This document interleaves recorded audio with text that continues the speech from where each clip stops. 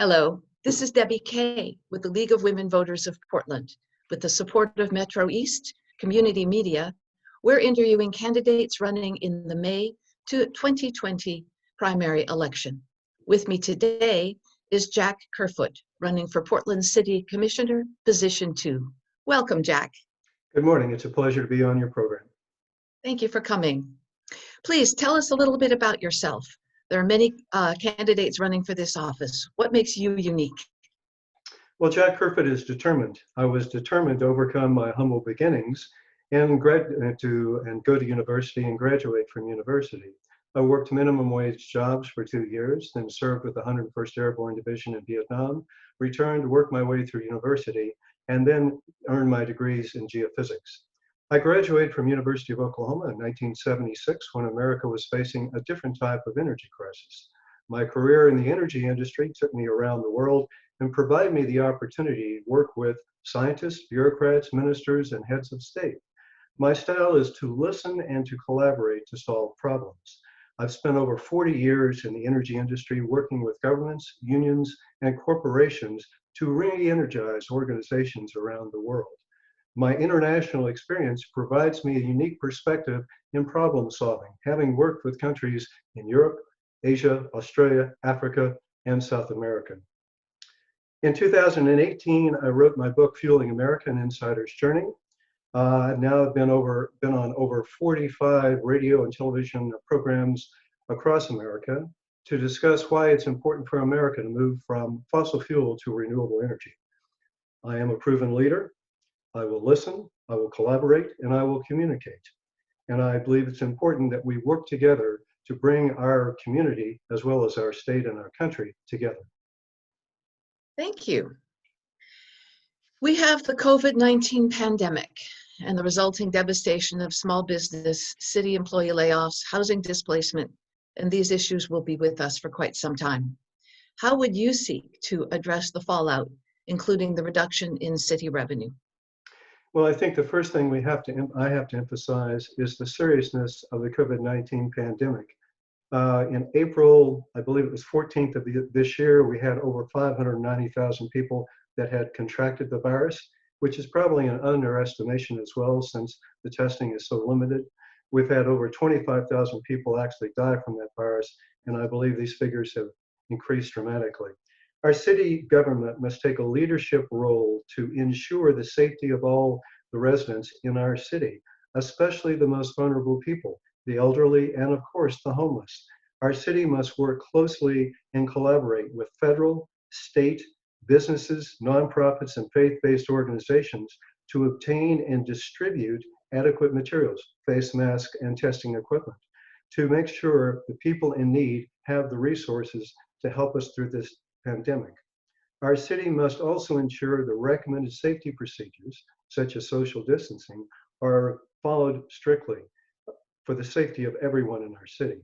It's essential that our city council is prepared for a range of economic outcomes. We've got to recognize that some would estimate the pandemic could last 1 year. Other estimates are as 3 to 5 years. So as such, we have to have a city council that has developed a program that will address these fiscal uncertainties.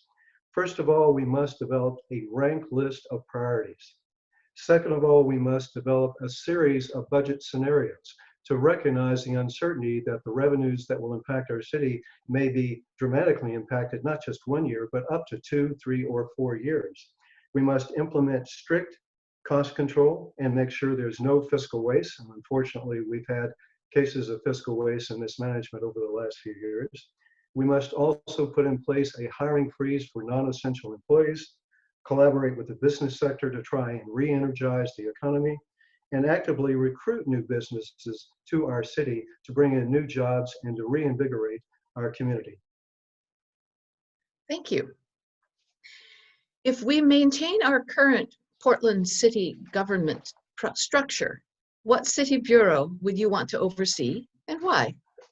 Well, I would first start off and say that I have read the League of Women Voters assessment of the different types of government, and I actually am supportive of changing the type of city council government that we have to be a more responsive type of program.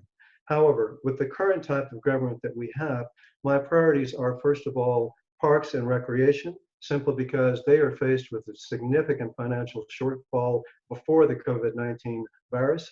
And I have the business expertise to, I believe, find ways and the innovation to find ways to close those gaps on the shortfall that they will have.